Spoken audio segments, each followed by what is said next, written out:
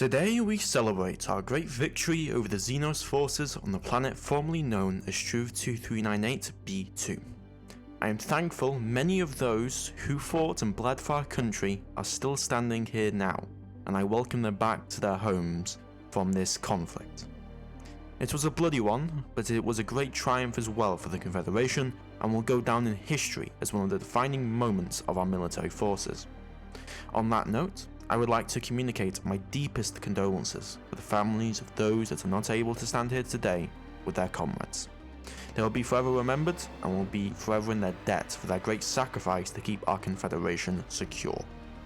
To show thanks to the forces who stand before me today, those whom have sacrificed so much and bled many times for our nation, I am awarding each and every one of these brave men and women with the Confederation Eagle, and all those who passed from this world during the fighting, the Red Heart, for their sacrifices and their suffering. May our military forever prosper, and may the Confederation continue to survive thanks to the brave men and women of our military forces. Hello and welcome to the next episode of the Aurora C# Let's Play series. In today's episode, we're going to continue where we last left off after the great triumph of Struve 2398, which has now been renamed according to what people wanted in the last few videos for planet names.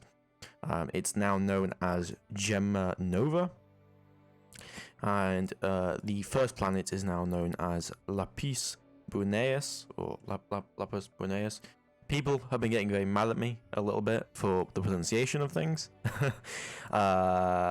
Apparently this is Persephone. I am going to mispronounce this, and people are going to get mad at me, and it doesn't really matter. But yeah, I am not going to pronounce these things. As a British person, do not expect me to be able to do very well at stuff like this. So, in the last episode, if you've watched it, we did conquer the planet of Gemma. What's it called now? Gemma Nova, or Struve 2398b2, and we had essentially secured this area for ourselves. Now, of course, a little bit of an issue located here, but overall, that was a pretty good triumph for us. Now, in between yesterday's not yesterday's episode, but last episode, it's been quite a while. It's been about a week because of Christmas. In that episode, between this one, I've done some things. The first thing I've done is I've added some new designs and prototypes that we're going to be looking at and thinking about and eventually building. I've also kind of managed a few minor things, made sure our ground forces are where they need to be, and so on and so forth. So I'm going to show you what I have been designing. So the first thing that I decided to design was patrol frigates.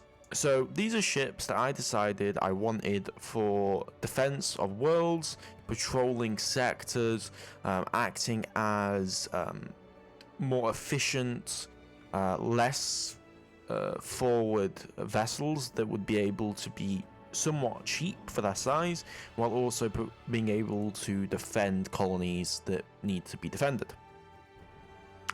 So the first ship that I designed for these patrol frigates was the Talantha class patrol frigate, 10,000 tons, sitting with a crew of 220, 1,700 BP, and fairly capable.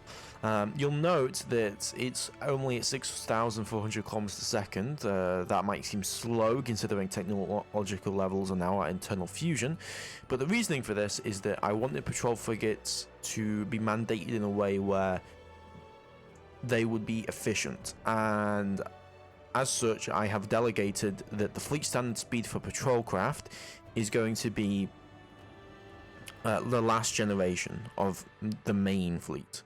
So the main fleet I consider cruisers, these destroyers, things that will be in the forward fighting fleets. These will be in the reserve, protecting transports, protecting colonies, defending worlds, going on long deployment missions, and stuff like that. So that's why the speed is 1,600 kilometers a second slower, which is a significant amount. we're talking, you know, at that point 25%, right? 20, it's 25% slower, but in exchange for that, we have a ship that can last 48 months operating on its own. It's got a range of 45 billion kilometers with only using about 350,000 liters worth of fuel. It's and these ships have plenty of maintenance and everything they need. Next, weaponry. This is half as capable as a cruiser. It's in between the capabilities of a cruiser and of a destroyer. So these are the medium point defense cannons. Over here, in what we were using a lot of vanguards, these are small. So these are 8% chance to hit Gorse, and the Talentha is 17%. So there's less Gorse. There's only 128 rounds, but they're gonna hit twice as often. I felt that I wanted to move up to 17% since it was 10,000 tons. And I thought, you know, that would be most optimal, considering the situation, as there wouldn't be that many of these ships. So so for rate of fire is not going to be as important. It's going to be more about just accurate fire, but still quite a bit of it. It's got a standard sensor suite. We updated quite a few of these specifications. We haven't, obviously, we need to design some of these things, which we haven't yet. But we updated some of them as we do have some better tech. And now one thing that you guys are probably wondering, scout fighter. So what I like to base a lot of my ships off is naval ships of the modern times. And many destroyers and frigates contain the ability in naval warfare to launch one or two helicopters or AWACS, AWACS craft that will be able to provide support to a fleet. So the Xiangyu Scout Fighter is deployed with the Talentha class patrol frigate. It's a 250-ton scout fighter. It's not very fast for its considering it's a fighter, but that's not really the point. The point of the fighter is to allow us to spot targets and determine, basically get the sensor lock that we need. As you may be wondering, we're using active sensors, you're not using passive, and that is purely because of what I want for this fighter. So the main job for it is going to be allowing this ship to the Congo, which is a missile ship, allowing the ship to fire beyond its range, significantly beyond its range, considering this is 160 million kilometers, and I'm going to be designing our missile soon for the size 4s. And so this scout fighter will be able to go forward. It's got a low chance of being actively locked onto because it's a 250-ton craft. So it's quite small, so you would need to fine-tune a sensor to really pick that up. And as such, it can increase the range capabilities of our missile crafts, and that's important because our rate of fire is quite low. So that's really what's important to me.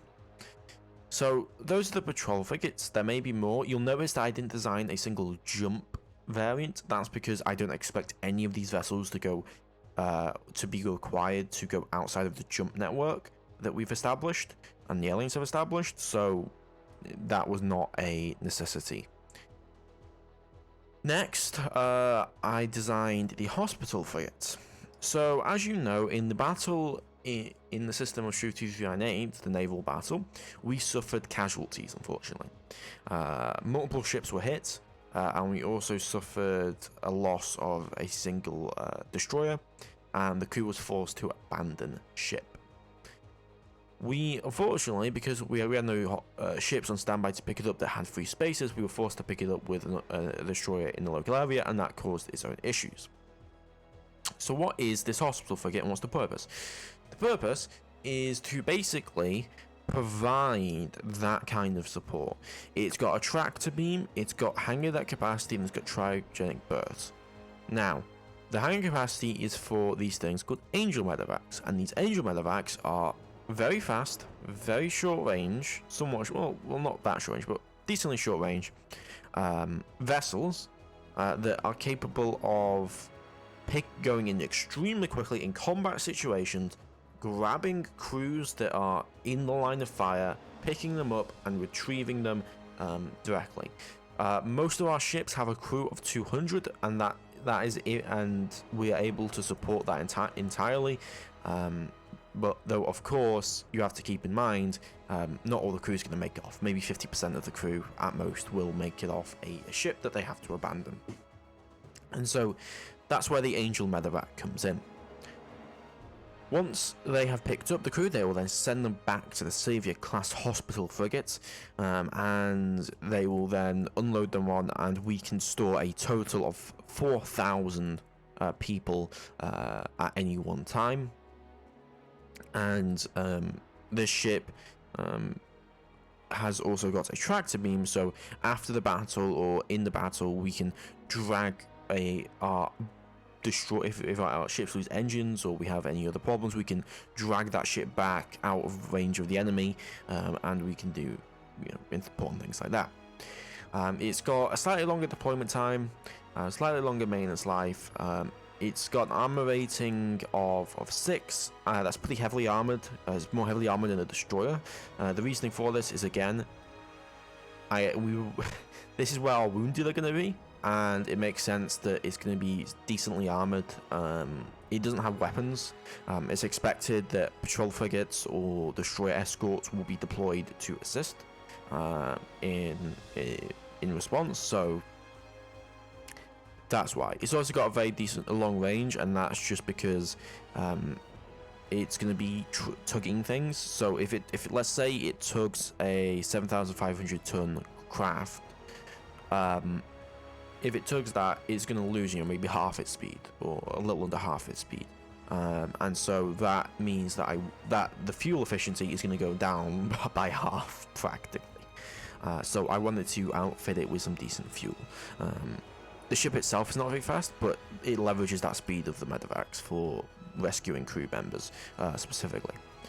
So then we come to the current thing that I'm designing, that I haven't finished designing yet, and that is the Diangze class strike carrier. I don't really talk too much about this, but basically I am looking to design carriers. I'm trying to base military doctrine off of United States American and British carrier doctrine, carrier projection, because we already have such a fleet of destroyers, and we're going to have frigates now, that we need something that can project its power, because that's the real weakness of our fleet, is that we basically have to we don't really have an ability to project power from long range. Everything is very short range. We take the hits, then we charge the enemy, and so carriers and cruisers and missile frigates are going to fix that for us and provide that assistance. Other things that I'm going to be looking this episode to actually redesign, and this is getting a little long with the class design. I hope you guys do actually enjoy me talking about what the class is and the designs and why I'm thinking of doing this, and all of that stuff. But yeah, so we have the troop transport, the Terror class, and this is going to be this is a very old design. It's using ion drives. It's not really suited for what we need, and so I will be wanting to actually replace this, and so that is actually what I am going to do. So we're going to create a copy of this ship class, and we're going to strip away its commercial ion drives. There we go. And we're going to update the armor. There we go. That saved 10,000 tons, by the way. Now, the question is, what do we want our troop transports to do? Now, I think we need two different types. We need the long haul, large amounts of forces, and then we need the smaller but able to carry a battalion or two to a combat field, but much faster. Right, so I'm going to create two designs. The first design is going to be a commercial vessel, and the second design is going to be a military vessel. So before we do that, I want to have a look at the sizes of our military, our ground forces. So a standard battalion is 10,000 tons. So it would make sense that we fit our troop transport, our military troop transport, to be able to fit at least one battalion of infantry on it. Our heavy support groups are 25,000 tons. I will think a mandate for our commercial ship should be we can carry at least 50,000 tons, which would be a 20,000 ton improvement over the current troop transport, and maybe more if we are able to.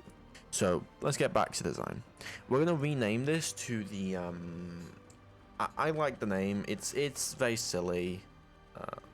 Unto dawn, until dawn, forward until dawn, pass.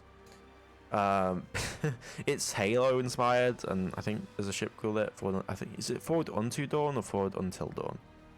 I'm just into until, just because it's a bit of, we're not in the Halo universe, even though I do enjoy it. So let's grab the troop transport bays out, and we're going to use drop pod bays if possible. We do not have access just yet to drop bays. Let me go over here. We're going to cancel this. I'm going to order this to be done. That will be done in a year. Okay, we're just gonna wait a little bit then. We're going to need shipyards for everything. So I'm going to start to basically continual capacity upgrading this to 10,000 tons immediately. We can replace this with that. We're going to need. I'm gonna redo this. I'm going to capacity upgrade this to 15,000 tons. If we're gonna carry 10,000 tons of troops, that means we need 4,000. So we're looking probably at 20,000 ton vessel to carry this. So we're gonna retool this for 20,000 tons. Destroyers are looking fine. We also we need to replace the Osiris at some point. We can retool this shipyard for use for frigates as well if we need to. And I'm also going to get research prototypes now for everything. We'll come back to the troop transports in a little bit. So I'm just gonna research prototype,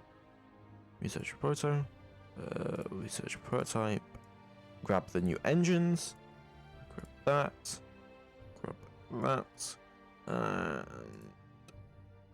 Everything's researched for that we need here. Do we have the missiles that we need? Oh, we already have those designed. That's good. Anything that I haven't ordered? No, nothing that I haven't ordered from that. Anything that I haven't ordered from here? No, we don't. So that's the good thing. I'm basically using the same components across the board, so we don't have too much to research, and we can also separately manufacture those engines as they come for our uses. So I'm going to remove a bunch of labs, and then I'm going to begin getting this designed up. So that'll be done relatively soon. And I'm going to make sure that our sensor fire controls are sorted. And I also want to grab that. And we'll grab that. And we want to make sure that we have our missiles. 240 magazine. We'll grab that. And what else am I forgetting? There might be something else that I am not thinking about.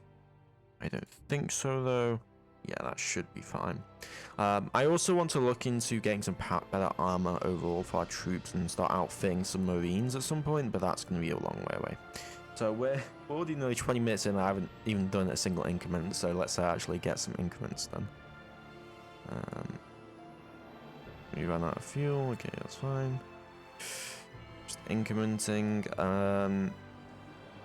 Kumir has completed orders. It is stationed at John Point 2, Lalonid. Okay, very good. I think we were dealing with... Were we dealing with moving forces over? No, we weren't. We were fine. We were completely fine. We're currently overhauling our defense fleet at the moment, so that'll take a little bit. Terra has completed orders. Does that mean you just dropped off the troop transports? Yes, it does. It means you just dropped off the 2 heavy support groups that were damaged. Veterans of the Gemma Nova War. Or the Shu 298 War. We're going to... We have a few more heavy support groups stationed here. I'm going to put these under the Army HQ. You have Army HQ for 100? Yeah, you do. So we're going to put the 90... We're going to rename this to the...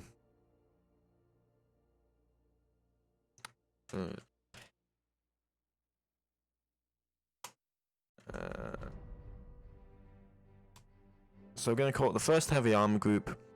And we're going to station under it... We have an infantry brigade here, actually. It's 2110 infantry brigade. We got some proper infantry battalions here. That's 40,000 tons worth. But these support groups are still pretty much fine. Largely, we're going to need to start designing some replacements. They've run out of supply, and there's a bug regarding it. So I'm probably going to retire these guys, and I'm just going to move the forces into others. So what we'll do, I can't really do that, can I? That's a lot of tanks. We'll just keep them around. If we need them, we can always activate them. We'll put under here a few infantry battalions. So formation element, very good. We'll put 2 infantry battalions, and that will provide us with everything we should need. Where is the other infantry battalion? There, the infantry battalion. So we have 4 infantry battalions, 2 heavy support groups. That is a total of 90,000 troops. We also have surface to orbit weapons that we'll need to have moved. So this is what we really need here. So this should be a good force. I'd want to send this directly off to any local war zone that we really need to get to. These should be fine. We have a lot of supply trucks here. What's the GSP requirements? 24,000. And what do we have logistically wise? 25. So yeah, we should be fine for that. Let's actually order up some more ground forces. Where is it? Oh. Ares has some available, but do you have any minerals? No, you don't. So we're going to need to actually expand that. We also wanted our Xenoarchaeology battalion, so we can start moving that over to uncover the thing. That might wake up the nasty warp rift, but it's a risk I'm somewhat willing to take. But yeah, let's just continue incrementing until I get everything I need. The grenade has finished her overhaul. Our shipment should also be coming in soon of Galasite. So if I have a look, no, Galasite shipments. We have a look at fighter groups. So we have Galasite coming in from you. You have just finished, so that actually means that we should have that Galasite should have been dropped off now. There we go. We're actually getting our stockpile back up there. That Galasite is coming up. Total stockpile 277. Corundium's going down. Corbamite is going up. We're taking some shortages overall of Saurium. Essence, how are you doing with that? You are producing Saurium. Stockpile production. You are then turning that into fuel. It's pretty slow going there. So we probably do want to start moving some more fuel refineries over. That's something. we're also going to need to, I think, overall just our cargo situation across the world. I'll do that next episode, in between this and that episode. So yeah. So now that we do have Galasite, what I am going to do is continue refits. we're going to refit. Where is it? I want to start refitting to the Valiant's Bs. So refit from Valiant's to Valiant's B. Wait, we can't. Oh, it's Vanguard. Vanguard. Yeah, Vanguard.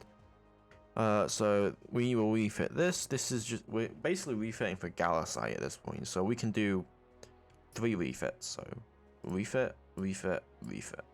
Okay. So that's 3 more Vanguard Bs that we can have done. This improves their speed by 25%, so it's significantly worth it for us to do that. Research facility we need to have assigned. Unfortunately, I've been playing a bit of on my own, and on the 1.12, and oh my god, it's so nice having like the governor feature, the research facility feature. Like, there's so many great features, so I can't wait to actually start playing all that on the channel, because there's so many good things from it. We just complete research into the internal fusion drive. How expensive is that to actually produce? Component wise, let's have a look. Wow, that's a lot of components. Oh my god, that's a lot of components. Engine, commercial engine, internal fusion drive. That's 150. And we use 2. We use 2 per frigate and hospital frigate. So what is the drive? What is it called? I forget. What drive is it? 640, right? Yeah, 640. So economics tab, 640 internal fusion drive. That costs 256 Galasite per drive. So let's say we want to build. If we want to build a hospital frigate, I think 1 hospital frigate and like 2 frigates, that's going to cost us 768 Galasite, which we don't really have, because we just spent that on refits. So yeah, we're gonna have to wait on that one, but we will produce some of those. Oh no, that's not. It's 1500 Galasite actually. My bad, because we need twice as much. We complete research into shipyard operations. Very, very good. Let's get that underway as soon as we can. We got research labs available. I also I want to dedicate some more to this, because Gore's weapon refits could vastly improve our capabilities. And that'll effectively basically make us fire 20% more rounds of Gore's. Again, we need to assign labs. Unfortunately, we don't have the assign new option that we do in the newer ones. We're getting better cloaking efficiency. Stealth vessels are definitely something that I want to be looking into more. We did use our prototype Merryweathers to do various things for us, but wasn't too major. We complete research into the prototype, and we can research into new active sensors. Everything is looking good there. Just keep incrementing the time down. We're currently 2164. We're moving on to 2155. Oh, 2165, my bad. Active sensors, very good. We're just continuing to research. Inactive research labs. Mining situation is looking good as well. We need more, just more. How many automated mines do we have available? 113. I will supply. I'm canceling all of this except for the infrastructure. The infrastructure can stay. But what I want to supply is automated mines. We'll supply 100 more automated mines, and we will demand that the 100 automated mines be delivered immediately by our civilian industry if possible.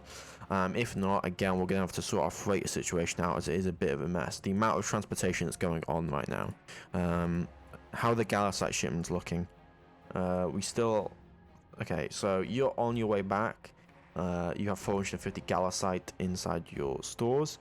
You are also transporting more Galasite. Where are you going? You are going New Solaris, Diligence, unloading mines, reloading mines. That's a lot of distance that you're covering. you are loading minerals from Diligence and then taking that back to New Solaris. Okay, good. What is the situation over here? We've basically run through that stockpile. No, the stockpile's on here, isn't it? Yeah, stockpile's here. So we have transported most of the Galasite over here. Should be our tasks. We're nearly done. So we should be able to order up some engines for what we need. But I think we might want to prioritize refits, honestly. Because refits are going to be very, very important. We're also spending a lot of resources on improving tooling for things. Okay, 3 refits just completed. We currently have how much Galasite remaining? 1500 Galasite is currently remaining. So that will actually allow us to build. Where is it? Engine. Internal fusion drive 640. So we are going to build. We're going to build 6 of these. So 6. 25%. Great. We're going to under this modify and then up. And we will create these and then we'll use them for our frigates. So that'll prepare that for us. So we'll just have that on standby. Our current stockpiles are a bit of a mess. I'm actually going to disassemble these, I think. Yeah, we're just going to disassemble. Scrap component. Oh, cool. We have a lot of quad small point defense to it, actually. We'll keep those. These drives, though, they can just be scrapped. Because we don't need them. We can scrap geosensors, EM sensors, gravitational sensors. We'll get a little bit more of these resources. Some ion drives we don't need. Improved geological survey sensors, a few jump drives that we don't need. Science departments, we don't need those either. Nuclear thermal engines, we don't need any of those. And so that has recovered, and we got on a bunch more minerals back from that, which from the engines as well. We should have gotten a little bit more Galasite. Yeah, we recovered quite a bit of Galasite actually from that. So we're going to continue our efforts. So if we allocate 1500 towards those 6 engines, then if we want to continue refits, refit Vanguard to Vanguard B. This will cost 600, 1800. So we'll do 3 refits. 1, 2. Oh, we can only do 2 refits of that. Okay, 2 refit. That's fine. We'll do a refit of this then. So Valiance. We'll do 1 refit. 2 Valiance B. There we go. So that's 3 more refits on the way, and we've nearly got our navy back up to where we need it to be. We complete research into the magazine, so that should mean that we have all of the vessels we need. We're still waiting on. Oh yeah, we're going to need to research a prototype for that. But for our patrol frigates, the hospital frigate, we are pretty much done. For that, we're also going to need to get the engine on the scout fighter, and we're going to need to get that engine. So let's get that researched immediately. Research that, please. Research that, please. And also research the sensors that we're going to need. So that, thank you very much. We nearly have our drop bays ready. Okay, in an active research facility on New Solaris. Very, very good. We are getting stuff transported over, hopefully. 14 are on the way. And hopefully we should be able to just improve our abilities here. 1,500. Something that I do also want to look into is sector command. Because we haven't really looked into that. I'll look into that next episode. I haven't done too much with that in Aurora overall, so we'll have to see how that goes. Okay. We complete research into a fighter drive. Good.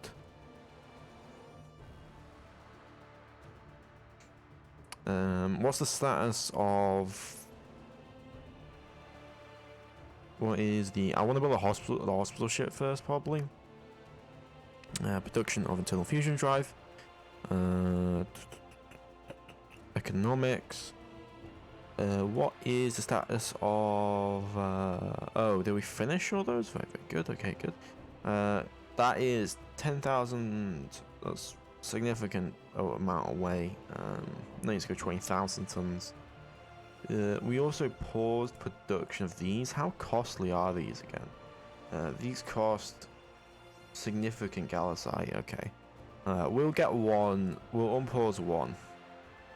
We'll get one sorted out for us there.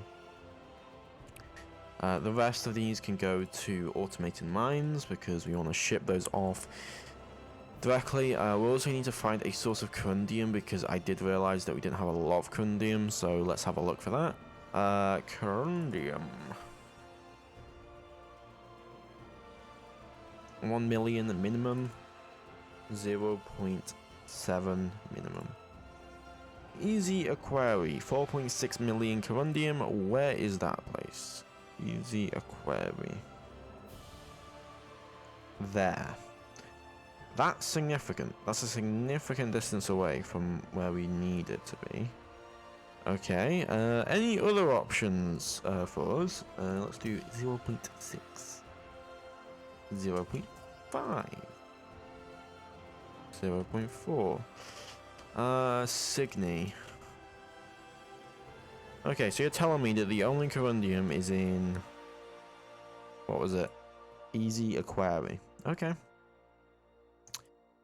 The only proper corundium source, so we're going to mark these planets. We don't need corundium just yet, but...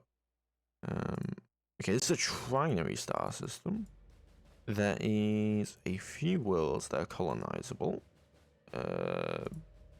This world over here can have a decent population. It's very hot though. We can definitely send some people over, and once we get our transport fleet sorted out, we can begin immediate colonization efforts. There are quite a few resources here: magnesium, uranium, neutronium, corundium.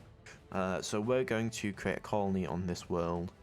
How big is the system? Okay, so the place we're talking about. So where's the jump point? Jump point here. So jump point from was it Wolf 359 that it's coming from? Let's have a look.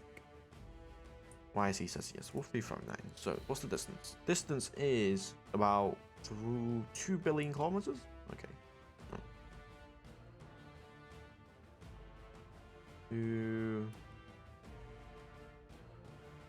Okay, it's about 2 billion kilometers from the center star. Easy Aquarius 1 is in the middle. And then we also have some other worlds. Are these other worlds any good? A lot of Vendorite, a lot of uranium. So that is definitely something we can set up another colony here. So these worlds are definitely of some value, significant value to us, especially the corundium. Yeah. So that's what I'm going to leave the episode off. I hope you guys have enjoyed. This episode's been obviously a lot less action-packed, but I think that's good because we had a lot of just ground combat. We're really just preparing. Our economic situation's getting a lot better. We're designing more ships, getting stuff ready. And yeah, I hope to see you in the next episode. And please don't like, comment, subscribe. Really does help out.